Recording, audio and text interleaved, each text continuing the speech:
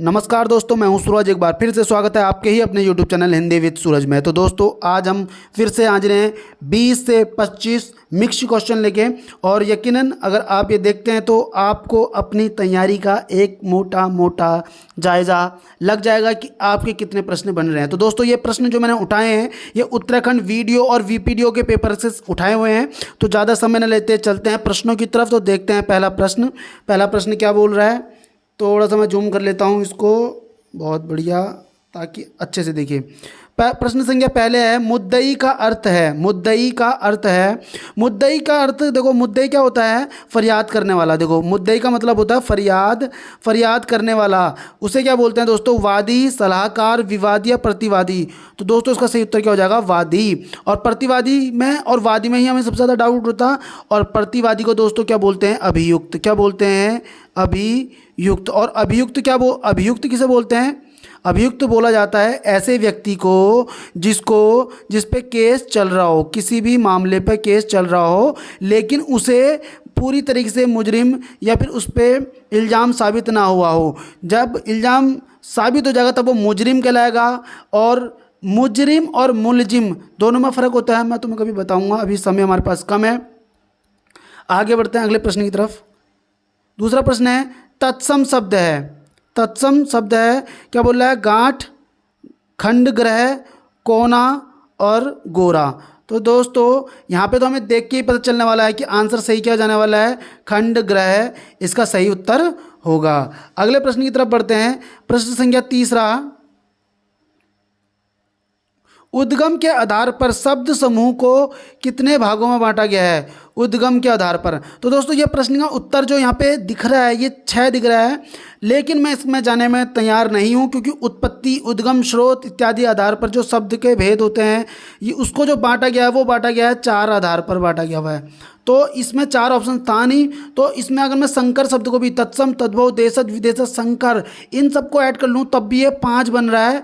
लेकिन मैं 5 को नहीं जाके मैं 4 में जाने की कोशिश करूँगा, लेकिन इसमें क्या दे रहा है? ए। तो मैं इस प्रश्न को दोबारा ढंग से देखूंगा, लेकिन 6 में मेरा जाने का बिल्कुल भी मन नहीं है। आंसर की के अकॉर्डिंग ये आंसर 6 में जा रहा है दोस्तों। अगला प्रश्न जा रहा है चौथा, तुलसीदास ने विनय पत्रिका की रचना किस भाषा में की है? तो दोस्तों कॉपी पेन लेके बैठ जाइए, क्योंकि यहाँ पे से फैक्ट आने वाले हैं। तुलसीदास ने जो विनय पत्रिका की जो रचना करी थी वो सबसे पहले तो याद रखना ब्रज भाषा में की हुई थी, और इसी को विनय पत्रिका को ही प्रार्थना या अर्जी कहते हैं। कि कौन सा पत्र उनका प्रार्थना या अर्जी था, तो हम बोलेंगे विनय पत्रिका को। इसमें अगर हम कुल पद देखें तो 279 पद होते हैं विनय पत्रिका में, और विनय पत्रिका का प्रधान रस जो है वो शांत रस है, ठीक है। और काव्य रूप है इसका गीति काव्य। और सबसे अच्छी अगर कोई बात अगर इसमें जानने की है तो इसमें यह है कि इस रचना में इनके स्वयं के जीवन के बारे में उल्लेख मिलता है। तुलसीदास के स्वयं के जीवन के बारे में उल्लेख किस रचना में मिला है? तो विनय पत्रिका में ही मिला हुआ है। और एक प्रश्न हमेशा याद रखना, इसमें जो मीरा थी, मीराबाई ने अपने संबंध में एक पत्र भेजा था। किसको? तुलसीदास को। जिसमें क्या लिखा था उनने? स्वाति श्री तुलसी कुल भूषण दूषण हरन गोसाई, 12 बार प्रणाम करूं अब हरूं शोक समुदाई। तो इसी का जवाब याद रखना। प्रश्न बनता भी है कि तुलसीदास ने मीरा के पद का जवाब, मीरा के पद का या मीरा के खत का जवाब, ये जो भी बोल सकते हैं, पद का जवाब उसने किस में दिया था? तो विनय पत्रिका में दिया था। और विनय पत्रिका में क्या लाइन लिखी थी उनने? जाके पिरना राम वैदही, तजिए ताही कोटि बैरी सम जदपि परम स्नेही। तो ये तुलसीदास ने वाली लाइन लिखी थी। देखो मीरा ने क्या लिखा था? मीरा ने तो लिखा था कि स्वाति श्री तुलसी भूषण, स्वाति। और तुलसीदास ने विनय पत्रिका में मीरा का पद का जवाब दिया था और लिखा था उसमें जाके पिरना राम वैदही, जाके पिरना राम वैदही, ताजिए ताही कोटि बैरी सम जदपि परम स्नेही। ये बहुत ज़्यादा पूछा जाता है कि मीरा के पदों का जवाब तुलसीदास ने किस पत्र में दिया था? तो विनय पत्रिका में। 279 पद हैं, शांत रस है, गे पद है, ब्रज भाषा में लिखा हुआ है, ठीक है। आगे बढ़ते हैं। 5वां प्रश्न क्या रहा है? रूढ़ शब्द, एक मिनट, हाँ क्या बोल रहा है? रूढ़ शब्द ऐसे शब्दों को कहते हैं, रूढ़ शब्द ऐसे शब्दों को कहते हैं जिनके प्रयोग में एक रूपता बनी रहती है, जिनका अपेक्षित अर्थ अभिव्यक्ति हेतु रूपांतरण होता है, जो दूसरे शब्दों को योग से बनते हैं, जो दूसरे शब्दों के योग से बनते हैं।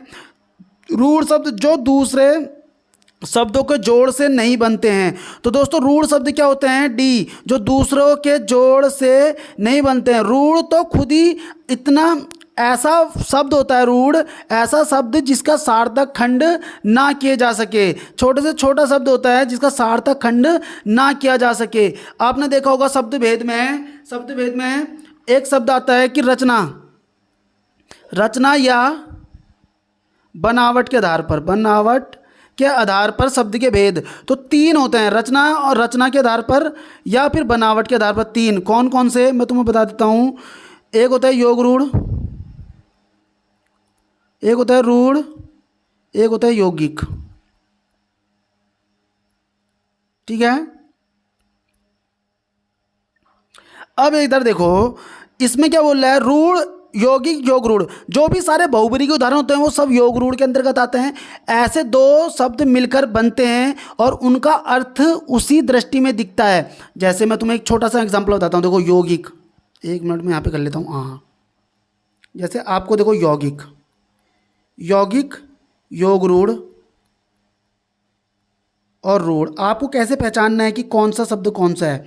एक चीज़ समझ के चलना, जब 2 शब्द मिलकर एक नया शब्द बनाए और हमें उसी दृष्टि में वो दिखे। जैसे देखो मैं बोल दूं महा प्लस विद्यालय, अरे महा प्लस विद्यालय बोला, महाविद्यालय बोला, तो तुम्हें क्या दिखा? इंटर कॉलेज दिखा, डिग्री कॉलेज दिखा। अगर मैं तुम्हें यहाँ पे बोल दूं 10 प्लस आनंद, आपको क्या दिखा? 10 सर के साथ रावण भी दिखा नहीं दिखा? जब आपको 2 शब्द मिलकर एक तीसरे की तरफ इशारा मिले तो वहाँ पे योग रूढ़ होगा। हमेशा बहुब्रीही समाज के शब्द योग रूढ़।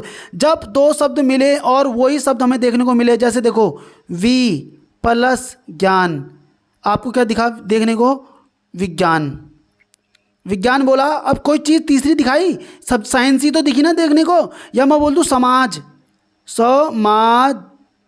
प्लस इक प्रत्यय, अब क्या दिखा? समाज ही देखने को मिला ना, समाज ही दिखा। लेकिन वहीं पे मैं तुमसे बोल दूँ, चलो मैं एक ऐसे शब्द बोल दूँ जैसे कि पिता पित प्लस अंबर।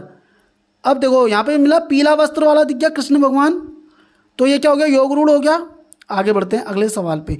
रूढ़ शब्द ऐसे शब्द होते हैं जो दूसरे शब्दों के जोड़ से नहीं बनते हैं, यौगिक और योग रूढ़ बनते हैं। रूढ़ शब्द क्या होते हैं मैं तुम्हें बता देता हूँ। देखो दिन, रात, घर, मेज, कुर्सी, पंखा, चावल, समझ में आ रहा है? जिनके सार्थक खंड ना हो सके। 6ठा प्रश्न आ रहा है, निम्नलिखित शब्दों की शुद्ध वर्तनी वाला शब्द बताइए। द्रष्टव्य, सन्यासी, वाग्मय। तो दोस्तों इसका सही उत्तर क्या होने वाला है बताओ? इसका सही उत्तर क्या हो जाएगा? द्रष्टव्य। ये गलत था। सन्यासी में अगर अंक की बिंदी ऊपर लग जाती तो सही हो जाता, और यहाँ पे अगर ये ये हो जाता तो ये एकदम सही हो जाता। ठीक है दोस्तों, लेकिन हमारा इसमें सही आंसर क्या हो जाएगा? ऑप्शन ए इसका राइट आंसर हो जाएगा। अब देखो कल किस किसने मेरा वीडियो देखा? अगर तुमने मेरा वीडियो देखा है तो मैंने कल गजानन माधव मुक्ति बोध की अंधेरे में, ब्रह्म राक्षस, चांद का मुंह टेढ़ा, भूरी भूरी खाक धूल, मैंने क्या बोला था कि राइटर सेम यही रहेंगे। आप लोग देख लेना, राइटर यही रहेंगे, रचनाएं चेंज हो जाएंगी। इसलिए मैं तुम्हें रचना बारीकी से करा के चल रहा हूँ। तो मैं देखो फिर से मैं बता रहा हूँ कि भूरी भूरी खाक धूल कब की थी? 1980 की थी, 1980 की। जिसको नहीं पता सारी चीज़ें डिटेलिंग से कराई है। कल वाला पेपर देख लेना, आबकारी पटवारी लेखपाल वाला, उसमें बहुत बारीकी से डिटेल कराई है। भूरी भूरी खाक धूल कविता किसकी है? गजानन माधव मुक्ति बोध की। जन्म कब है? 1917। प्रयोगवाद के लेखक हैं कौन के हैं? प्रयोगवाद का जनक कौन है? अज्ञे है। ठीक है, अज्ञे का जन्म कब हुआ है? 1911 में हुआ है। प्रयोगवाद की शुरुआत कब हुई है? 1943 में हुई है। ये किस तार सप्तक के कवि थे? मुक्तिबोध पहले तार सप्तक के कवि थे। कौन से सके? पहले तार सप्तक के कवि थे दोस्तों। आगे बढ़ते हैं। राजेश जोशी, अच्छा ये भी राइटर आ रहे हैं। इसमें देखो सुमित्रानंदन पंत की कविता सुन लो। सबसे पहले तो सुमित्रानंदन पंत गजानन माधव मुक्तिबोध का जन्म कब हुआ है? 1917 में। अब ये तुम्हें सबको पता है ना भैया, 20 में ही उत्तराखंड कोसानी की है 1900। इनकी अगर हम कविता देखें तो इनकी सबसे अच्छी कविता याद रखना, पेपर में पूछी गई है। और जो लोग ग्रुप सी की तैयारी कर रहे हैं, उत्तराखंड की तैयारी कर रहे हैं, वो खुश होने वाले हैं कि यार ये कविता भूल गए थे भाई, तुमने यार कमेंट में याद दिला दी। यकीनन ये क्वेश्चन बना भी था। सार जंगल तुई जा सबने सुनी होगी है, जो ग्रुप सी की तैयारी कर रहे हैं, उत्तराखंड की तैयारी कर रहे हैं। सार जंगल तुई जा, ये किसने? कुमाऊनी भाषा में सुमित्रानंदन पंत ने लिखी थी। अगर इनकी और कविता देखते हैं, उच्छ्वास लिखी है 1920 में, पल्लव 1927 में है, वीणा भी लिखी है 27-28 की समथिंग में है, ग्रंथि 20 की है, गुंजन 32, ग्राम्या 40 है, ग्राम्या 39 है, युगांतर है। तो ये सारी क्या है? सुमित्रानंदन पंत की कविताएं हैं। अब देखो इसमें एक और चीज़ बता रहा हूँ मैं तुम्हें, ढंग से याद रखना।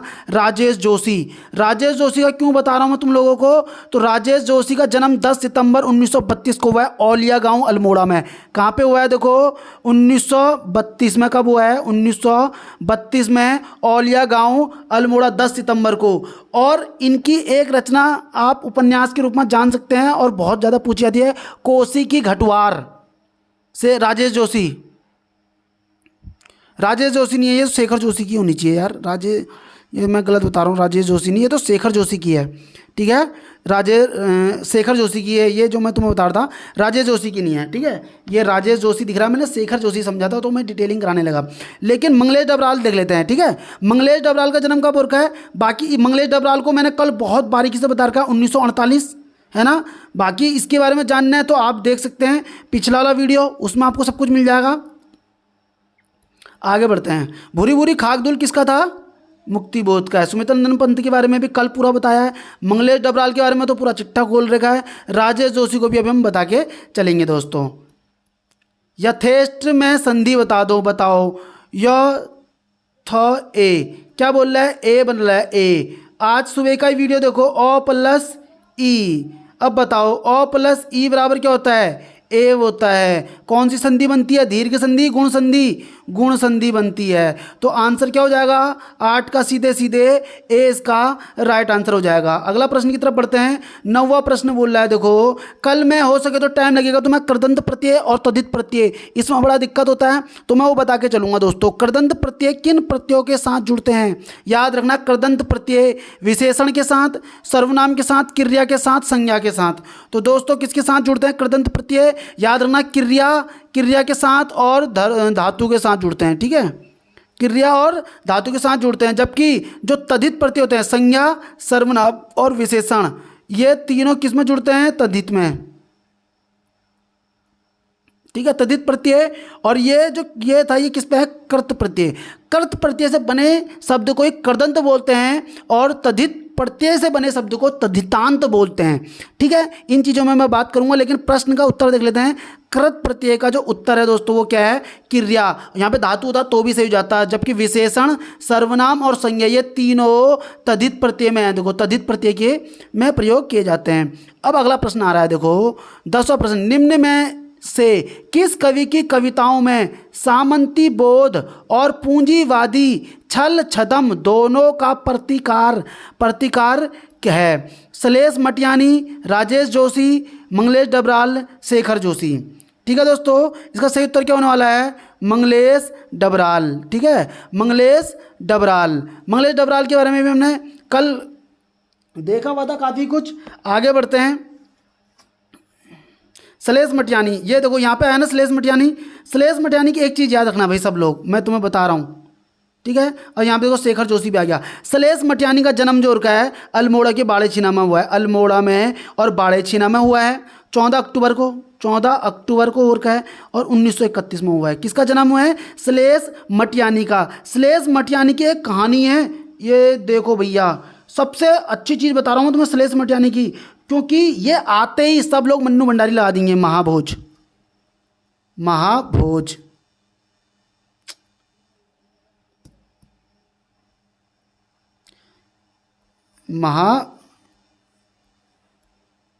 महाभोज कहानी याद रखना भाई, कहानी 1975 किसकी है? सलेश मटियानी की। अब यहाँ याद रखना महाभोज उपन्यास, उपन्यास है 1979 का, और महाभोज नाटक, महाभोज नाटक यह है 1982 का।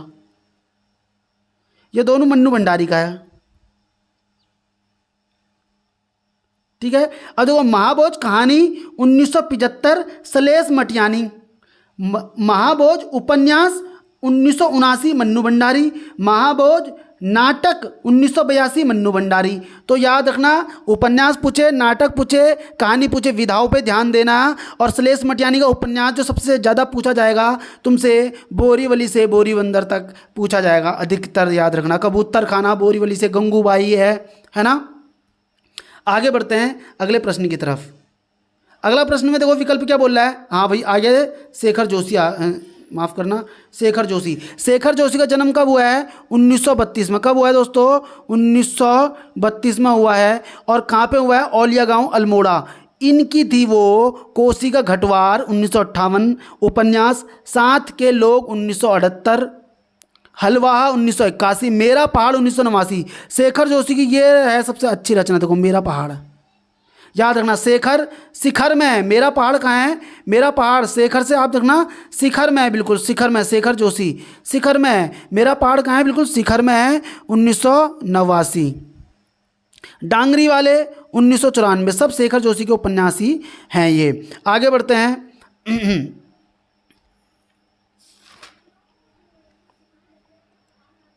11वां प्रश्न देखो क्या बोल रहा है। 11वां प्रश्न ऊष्मीय व्यंजन नहीं है, श ह श, ये तो देख के पता चल रहा मौ है ना, इसमें समय नहीं लेना। 12 सवाल, भाषा में लोक उक्ति मुहावरों का प्रयोग निम्नलिखित में से, छोटा कर देते हैं सवाल को, उनके किस गुण के कारण किया जाता है? क्या बोल रहा है? भाषा में लोक उक्ति मुहावरे का प्रयोग निम्नलिखित में से उनके किस गुण के कारण किया जाता है? गतिशीलता के कारण, स्वाभाविकता के कारण, सहजता के कारण, ये सभी। तो दोस्तों इसका सही उत्तर क्या होने वाला है? ये सभी। याद रखो ग्रुप सी का एग्जाम हो या कोई सा एग्जाम हो, अधिकतर पकड़ने वाली बात है ये सभी और उपयुक्त दोनों वाले जो ऑप्शंस होते हैं वो 90% चांस होता है उनके सही होने के, 90%। और ये सभी वाले के भी 90% चांस होते हैं कि ये विकल्प सही हो दोस्तों। अगला प्रश्न बढ़ते हैं। प्रस्तावना, प्रस्तावना का पर्यायवाची शब्द है प्राकथन, वल्लभ, अभ्यर्थन या शर। तो दोस्तों प्रस्तावना का पर्यायवाची शब्द क्या होता है? प्राकथन। वल्लभ किसका पर्यायवाची होता है? तो याद रखेंगे पति का। किसका होता है वल्लभ? पति का होता है, शौहर का होता है, खाविंद का होता है ना। और सर किसका होता है? सबको पता भैया, तीर का। ये भी रिपीटेड क्वेश्चन है, उत्तराखंड में कई बार पूछ लिया। बाण, सर, असनी, सिंखड़ी है ना, कोदंड, विशिख, ये सब किसके हैं? तीर के ही पर्यायवाची होते हैं। अगला शब्द आ रहा है संक्षेपण का अर्थ क्या है? संक्षेपण स्पष्ट अभिव्यक्ति, दृष्टांत का प्रयोग, भाव विचारों को बढ़ा चढ़ाकर लिखना, अनिवार्य तथ्यों का चयन।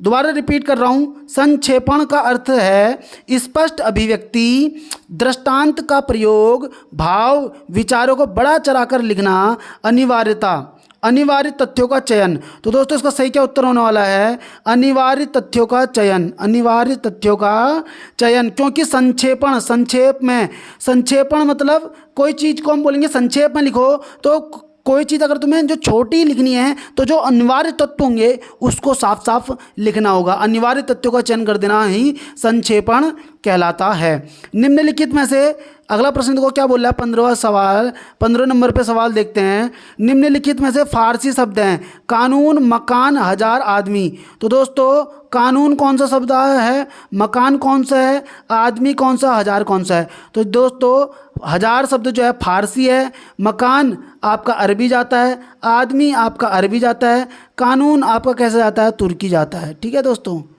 तुर्की जाता है। आगे बढ़ते हैं। 16 सवाल है, विलोम शब्दों के निर्माण में बहुलता से प्रयोग किया जाता है, उपसर्ग, प्रत्यय, प्रसर्ग, ये सभी। तो दोस्तों अब देखो इसमें ये सभी वाला भी आया हुआ है, लेकिन इस बार ये सभी को नहीं ले रहा है। क्यों नहीं ले रहा है, उसका रीज़न मैं तुम्हें बताता हूँ। क्योंकि सवाल उसने साफ साफ बोला है विलोम शब्द के निर्माण में बहुलता से प्रयोग किया जाता है, उपसर्ग, प्रत्यय या प्रसर्ग या ये सभी। तो दोस्तों आपको पता होना चाहिए कि विलोम शब्द के निर्माण में बहुलता से प्रयोग क्या किया जाता है, उपसर्ग किया जाता है। वो कैसे किया जाता है मैं तुम्हें बता देता हूं। देखो अब देखो एक शब्द क्या होता है, मैंने बोला वादी, वादी का आगे क्या लगा दिया, प्रति, तो क्या बन गया, प्रतिवादी, उपसर्ग लगा प्रति और वो क्या बन गया, विलोम बन गया। जैसे मान, मान के आगे मैंने अप उपसर्ग लगा दिया, अब विलोम भी बन गया, देखो अपमान। ठीक है, अब कई जगह क्या होता है कि उपसर्ग बदल जाते हैं, उपसर्ग बदलने से भी क्या हो जाता है, विलोम शब्द बन जाते हैं। जैसे अनुकूल का प्रतिकूल, अनुकूल, कूल, कूल मूल शब्द साम्र साथ थे, लेकिन जो उपसर्ग था वो चेंज हुआ तो क्या बन गया, आपका विलोम बन गया। तो कहने का मतलब है विलोम शब्दों के निर्माण में बहुलता से जो प्रयोग किया जाता है वो उपसर्ग होता है। दोस्तों आगे बढ़ते हैं। 17वां प्रश्न आ रहा है, कोई आ रहा है, इस वाक्य में सर्वनाम है, कोई और कुछ, तो देखते ही पता चल रहा अनिश्चयवाचक सर्वनाम। काली घटा, काली घटा का घमंड घटा, एक घटा किसके लिए हो रही है, बिजली के लिए हो रहा है, और एक घटा क्या हो रहा है, घटने की बात हो रही है। जब एक ही वर्ड, एक ही शब्द दो अलग अलग अर्थों के लिए आ जाए तो वहाँ पे कौन सा अलंकार होता है, उपमा, श्लेष, यमक या इनमें से कोई नहीं। तो दोस्तों वहाँ पे क्या होता है, यमक अलंकार होता है। तो राइट आंसर इसका हो जाएगा सी। अगला प्रश्न आ रहा है 19वां प्रश्न देखो क्या बोल रहा है, दूत का अर्थ संदेशवाहक है, तो द्यूत का अर्थ क्या होगा, सुधा, कुआं, जुआ, भोग। द्यूत का अर्थ वही होता है जो कंस के मामा सबसे ज़्यादा खेला करते थे, खेल। ठीक है, यहाँ पे इसका आंसर क्या है, जुआ। लेकिन द्यूत का अर्थ होता है एक ऐसा खेल जो शर्त के साथ खेला जाए। जुआ भी क्या होता है, एक शर्त के अकॉर्डिंग ही खेला जाता है, जिसमें हारने वाले को कुछ चीज़ उसको देनी होती है। लेकिन हम उसको आज की जनरेशन में क्या बोलते हैं, जुआ बोलते हैं। तो द्यूत का अर्थ क्या है, जुआ। सुधा तो अमृत का होता है। दोस्तों आगे बढ़ते हैं। उससे पढ़ा नहीं जाता, इस वाक्य में वाच्य है, कृत, कर्म, ये सभी भाव। ये तो देख के पता चल रहा है भाववाच्य है। किस शासक के द्वारा निर्मित सड़कों और सरायों को साम्राज्य की धमनियां कहा गया है, सड़क और सराय को साम्राज्य की धमनी कहा गया है, बाबर, शाहजहां, अलाउद्दीन खिलजी या शेरशाह सूरी। तो दोस्तों इसका सही क्या उत्तर होने वाला, अलाउद्दीन खिलजी की निर्मित सड़क और सराय को साम्राज्य की धमनियां कहा गया। अगला प्रश्न आ रहा है, देखो 2-3 ही प्रश्न है, इसको निपटा देते हैं। 2 और 3 को ये लिखते हैं, अगर 4, 6 को ये लिखते हैं, ये इसको ये लिखते हैं, तो इसको क्या लिखेंगे, तो तुम्हें देख के पता चल रहा है। देखो 3 तिया 9, 5 पचे 25, 4 चौको 16, 3 तिया 9, 5 पचे 25, 4 7 सत्ते 49। अब देखो 6 छक्का 36, 8 अट्ठू 64, 64 36, 64 36 का सी इसका राइट आंसर हो जाएगा। अगला आंसर आ रहा है, देखो 23वां, प्रधानमंत्री ने जन धन योजना कब शुरू की थी, जन धन योजना कब आई थी। देखो ये बहुत पुराना प्रश्न हो चुका है, 2014 में आई थी, जिसमें खाते खुले थे। दोस्तों अब देखो ये प्रश्न आ रहा है, यदि आज सोमवार है तो 61 दिन बाद क्या होगा, यदि आज सोमवार है तो 61 दिन बाद क्या होगा। ऐसे सवाल को निकालने के लिए कुछ नहीं करना। आज सपोज मान लो 1 तारीख है और आज क्या है, वो बोल रहा है सोमवार है, मान लेते हैं। ठीक है, क्या बोल रहा है, आज सोमवार है, आज क्या है, सोमवार है। तो ये बताओ 7 दिन बाद कौन सा बार आएगा, फिर से सोमवार आएगा, नहीं आएगा। आपने कुछ नहीं करना दोस्तों, 61 को सीधे 7 से डिवाइड कर दो। 7 छिंग 42, 7 49, 7 अट्ठे 56, बचा क्या 5। अब बताओ सोमवार आते आते सोमवार में 5 जोड़ दो, 5 ही हो रहा है ना, 7 अट्ठे 56। हाँ, मंगल, बुध, बृहस्पति, शुक्र, शनि, 1 2 3 4 5, शनिवार है।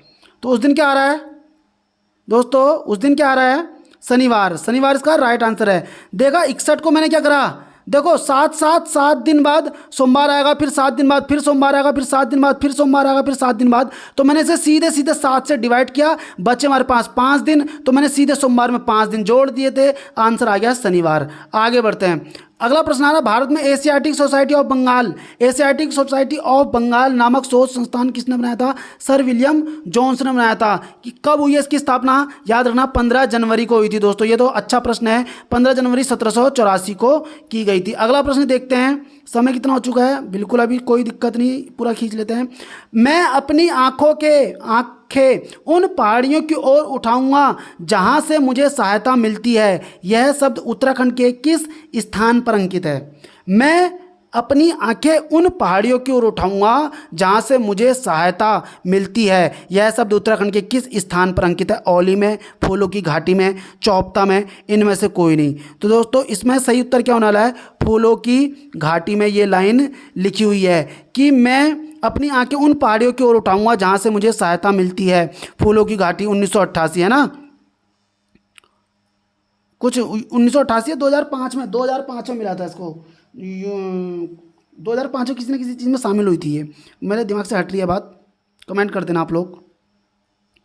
उड़ान वन योजना के तहत देहरादून से पंतनगर के बीच हवाई सेवा संचालित करने की जिम्मेदारी किस कंपनी को दी गई है? उड़ान वन योजना के तहत देहरादून से पंतनगर, ठीक है, के बीच हवाई सेवा, Pawan Hans, heritage aviation, Deccan aviation, इनमें से कोई नहीं। तो दोस्तों इसका सही उत्तर क्या होने वाला है? इसका सही उत्तर होने वाला है आपका डेकन एविएशन से, ठीक है। देहरादून से पंतनगर जो उड़ान फर्स्ट योजना के तहत हो रहा है। अगला प्रश्न है, यवनों के आक्रमण का उल्लेख मिलता है मेघदूत में, मुद्रा राक्षस में, स्वप्नवास वद्धता में और गार की संहिता में। तो गार की संहिता में तो मुश्किल लगता है मुझे। अब 28 का आंसर क्या जा रहा है? आंसर देखो भाई, मुझे मुश्किल जो लग रहा है वही है, गार की संहिता में। क्या बात है भाई, गार की संहिता में यवनों के आक्रमण का उल्लेख हमें देखने को मिलता है। अगला प्रश्न आ रहा है, पद्म श्री पाने वाले उत्तराखंड के प्रथम वैज्ञानिक। बहुत अच्छा प्रश्न है भैया, इन दो में ही आंसर है। तो पद्मश्री पाने वाले उत्तराखंड के प्रथम वैज्ञानिक कौन है? नीलांबर पंत है दोस्तों। तो आशा करता हूँ आज की वीडियो आपको अच्छी लगी होगी, और आज की जो वीडियो आपको अच्छी लगी होगी तो प्लीज़ वीडियो को लाइक करेंगे, चैनल को सब्सक्राइब करेंगे। मिलते हैं नेक्स्ट वीडियो में। Thank you, bye bye.